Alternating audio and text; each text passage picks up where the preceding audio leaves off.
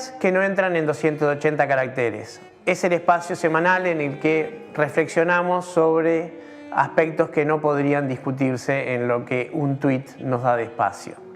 Hoy en el programa conversamos sobre algo muy importante y muy duro: los peores casos de la violencia en nuestra sociedad.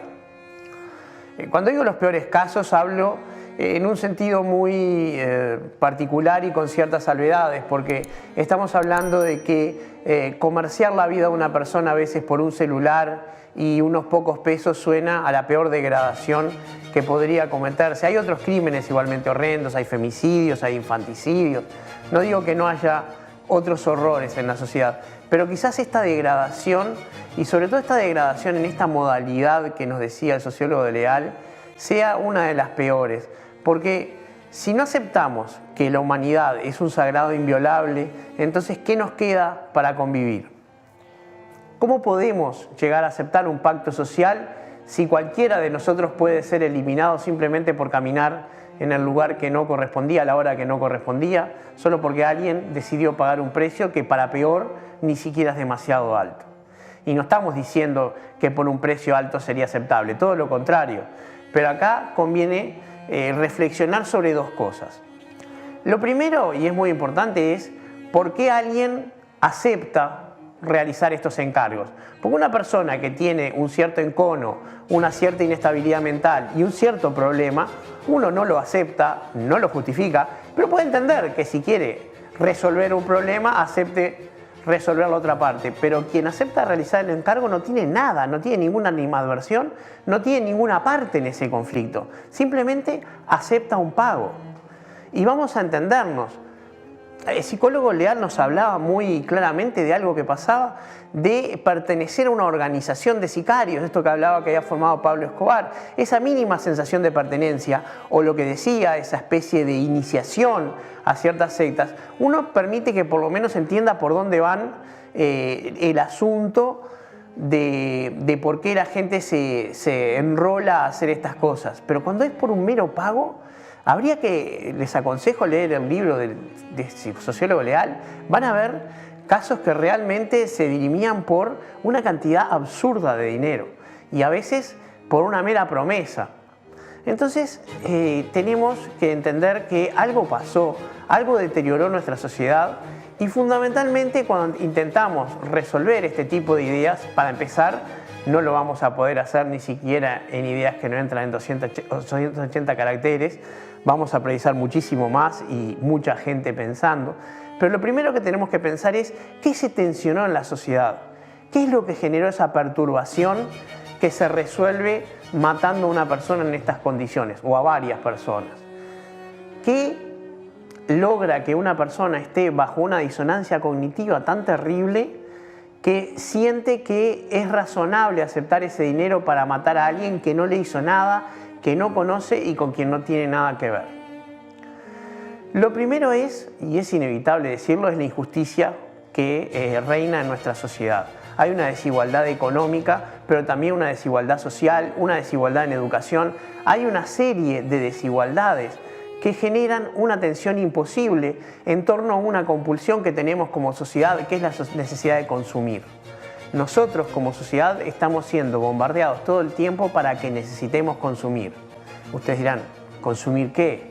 Lo que sea, medios, redes sociales, bienes, servicios, ropa, comida, cualquier cosa nos está bombardeando todo el tiempo, y no hablo de la publicidad, hablo de una instalación mucho más comprensiva de todo lo que es la sociedad, incluyendo muy especialmente a las redes sociales, porque las redes sociales es el lugar hacia donde se ha vertido la incitación a consumir, sobre todo en la población más joven, y eso genera una tensión en el individuo. Necesito consumir, necesito comprar cosas, no tengo dinero, me genera un malestar. Si esa tensión se vuelve insoportable, por ejemplo, porque lo que necesito consumir es alcohol o drogas, y eso genera ya incluso dolor físico en los momentos de abstinencia, un dolor insoportable a veces, en ese caso se resuelve rápidamente hacia algún delito, y quizás también este.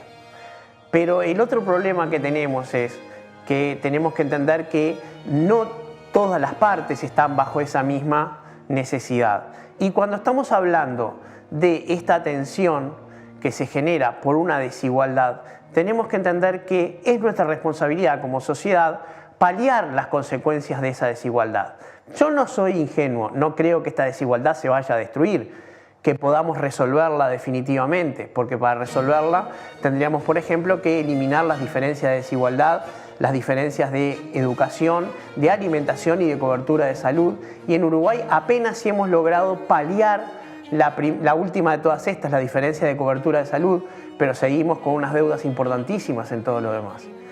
Entonces, tenemos un individuo que es compelido a consumir, una sociedad que lo rechaza si no consume y una tensión que se genera y que puede resolverse, como decía hoy, de esta manera. Lo que tenemos que hacer es, por un lado, ni que hablar, tenemos que evitar el crimen. Eso será un tema del lado del Ministerio del Interior y de la policía y de las políticas de ese tipo. Pero no vamos a resolver este problema sin atacar las causas. Y tenemos que entender una cosa que es muy importante. El acto de consumir es universal, pero no representa lo mismo para todos.